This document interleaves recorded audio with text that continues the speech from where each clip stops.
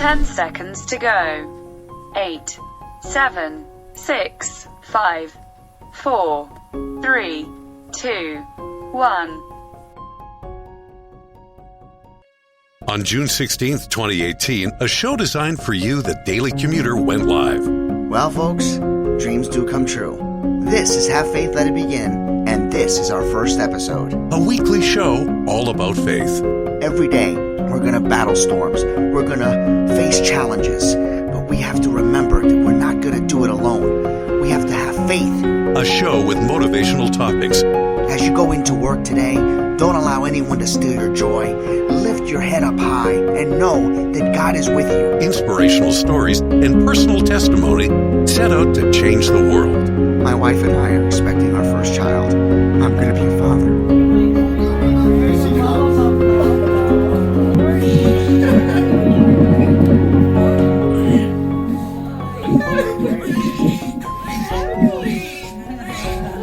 Welcome to Have Faith. Let it begin. Here's your host, Angel Santana. Follow us on Facebook, Twitter, and Instagram. Broadcasting live worldwide. Good morning, everyone, and welcome to Have Faith, Let It Begin. Today is Wednesday, June 24th, 2020. This morning, we're going to be talking about an episode that was in the past. As we all know, this on Wednesdays, we're kind of taking a look back at former episodes, just in honor of our 2-year anniversary. And what we're doing is we're just taking the time to just, go back in time a little bit and reminisce on episodes that got us to where we are today, got us to the point where people have begun to listen to us and have given us great feedback and, more importantly, just come together as a family. So, folks, let's get started with another rendition of Have Faith, Let It Begin as we take it back to the days when we called this episode was actually in the first month of when we broadcasted live, and it was called The Call. Now, The Call originally was designed for me to just basically talk a little bit about my calling. And as I fix my headset, sorry about that. I had to make an unexpected. Let me just give you a little updated stuff before I start. Sorry about this. My car was giving me trouble this morning, so I had to kind of detour back to a local auto zone and pick up some power steering fluid. My steering wheel was getting locked up, and I did not want to jump on the highway. With the steering wheel getting tighter and tighter by the minute. And now I'm just getting myself buckled in. Okay, so here we go. Off to work we go. Sorry about that. I just wanted to be truthful so you know what was going on. So let's continue. So the call was designed, the episode was called The Call, and it was designed for me to just talk about, my past and what I felt was my calling to action, to do what I can to help spread the word and do what I can to just be the focal point, to be a person that would go out and share some inspirational stories and, personal testimonies and motivational topics. Well, that episode took a different dynamic, so to speak. It took a different turn, a turn for the better, a turn for what I felt was God's way of saying, Angel, this is where you need to be. This is why I need you to continue to do what you do. This is why this journey is going to change your life.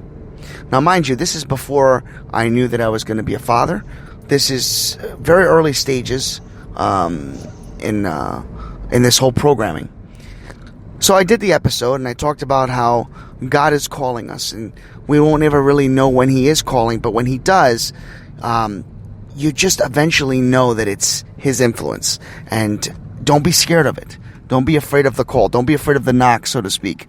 And I gave examples, as I've done before, about caller ID and what would you do if God had called you and it was, if you looked down on the phone and it said Almighty God was calling you, would you answer the call?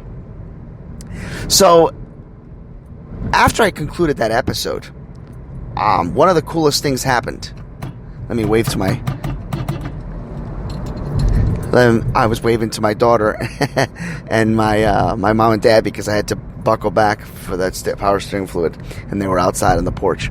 So I received a letter the very next, actually not a letter, it was an email, about 24 to 48 hours after I had aired that episode. And it was from a young lady named Aubrey. She wrote to me, and she described how our show had played a huge influence in her life. How that she was going through some storms, going through some major life-changing decisions. And she felt that the show answered her call. She wanted to thank me, and she wanted to let me know that she would be listening to me. And the email came from Arizona. And I found that to be so uplifting. So fast forward 2 years later, here we are again, reminiscing about that episode called The Call. And I have had about 20 to 25 emails, letters from you, the listeners, describing how much this episodes and these shows and this journey has influenced your life and have made you a better person, have put you in a better position to have a better relationship with your family, your loved ones, and God. The hardest part about this job that I do, and I don't even call it a job, let me take that back, this joy that I have in putting on this show for each and every one of you, is not being able to have that interaction with you as I speak. I would love to have an open forum. I would love to, when this coronavirus is over, actually rent out a venue and do a show, a live show, with people just talking about anything that's on their minds. That's my goal. That's my new goal for 2021. And it's just getting us together. And even if we do it through Zoom or conference calls, it's just sharing with each other what this show has meant for all of us. But now, let's talk about the word and the phrase, the call. God is always calling on us. God calls on us when you least expect it. Sometimes we get in our vehicles and we listen to the radio nice and loud because we love the music. Hey, don't get me wrong, I love music too. But sometimes what people don't realize is we don't hear him calling.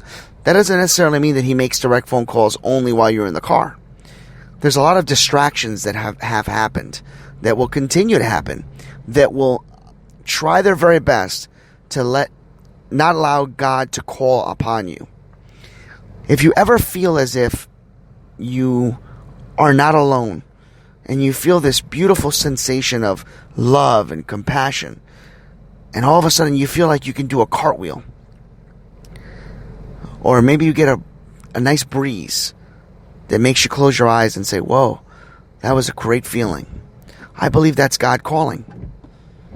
Or maybe it's somebody that's calling you and saying to you, hey, the other day when I was having a bad day, you didn't know it, but when you said thank you, or when you said good job, or when you said, hey, I was thinking about you, or when you called me unexpectedly and said, hey, I'm praying for you, thank you. Sometimes that's God's way of saying, good job. That's sometimes God's way of saying, you have an influence on others. It's kind of hard to imagine, isn't it? That God can just reach out and touch somebody and call somebody without even knowing, right? You almost wish that, hey, you almost wish you get in the car or when you're praying to him, say, hey, God, just appear right now, and I'd love to see what you look like. I'd love to just talk with you for hours and hours at a time. Well, he hears you. Every time you speak to yourself, every time you speak, God knows, God hears. The call doesn't have to be a ringtone. The call doesn't have to be a love letter or a letter to you or to him. The call can be anything.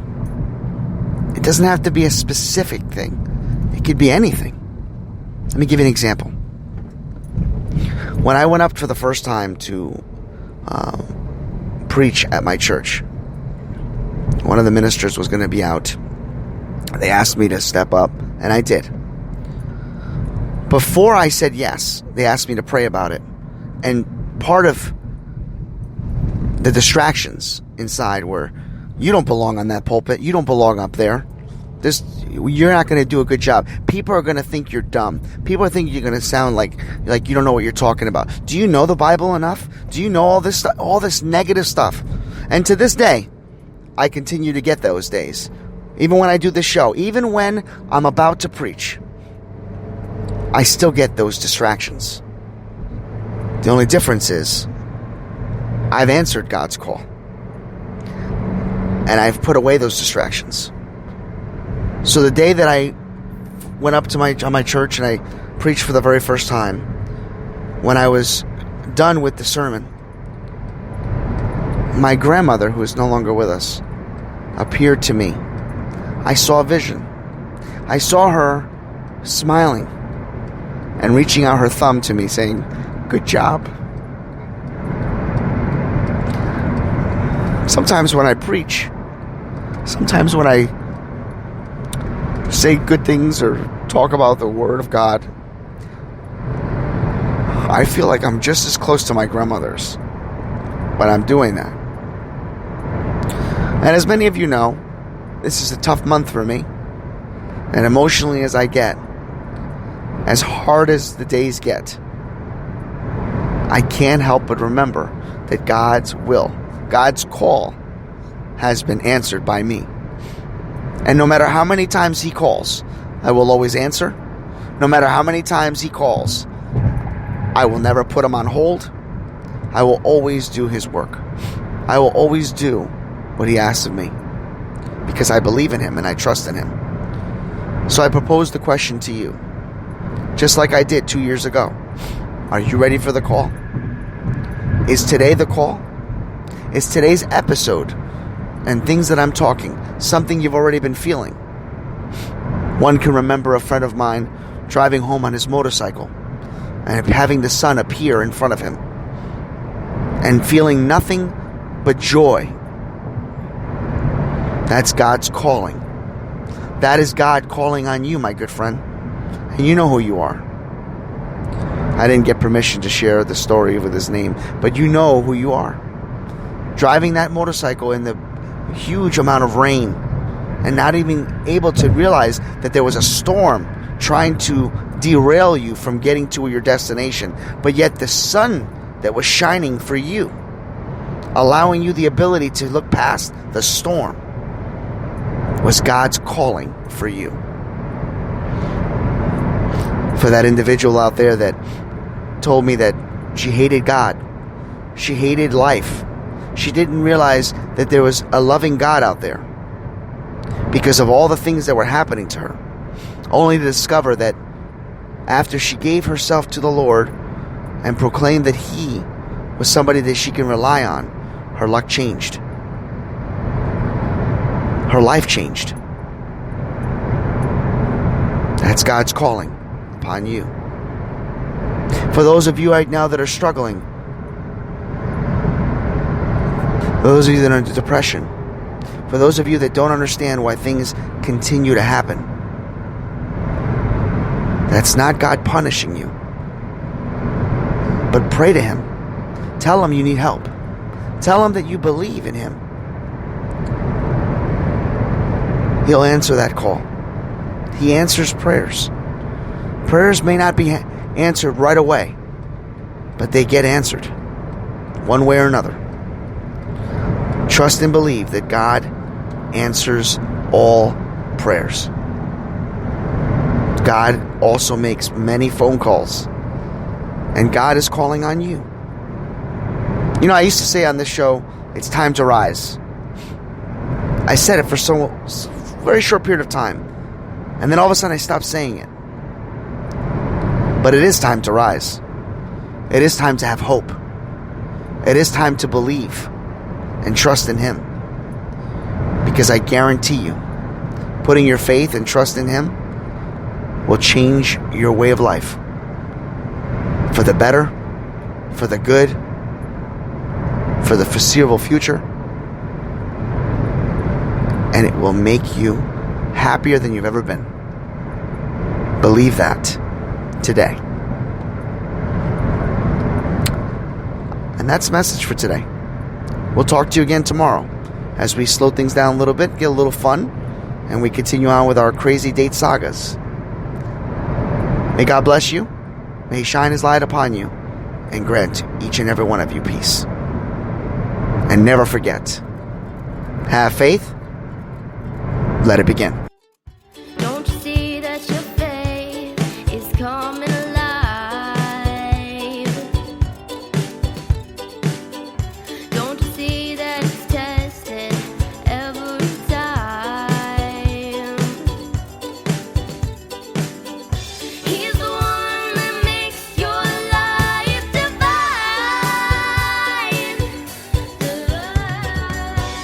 He's the one that makes you feel fine. Your faith's being tested.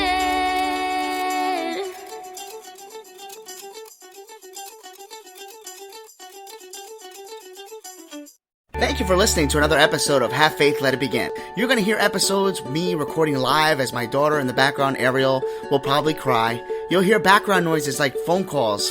And right on the cue, she's starting to cry. Don't worry, everybody. We're going to continue on like never before. And with Ariel in the background, knowing that in the future you're going to hear yourself crying like this, Mama, yeah, say hi to everybody out there. We just want to encourage each and every one of you to join us every single weekday, Monday through Friday at 6 a.m. Join me, Ariel, my family, and everyone as we continue our journey. For Have Faith, Let It Begin, my name is Angel. Say goodbye, Ariel. Say bye. Bye. Follow us on Facebook, Twitter, and Instagram.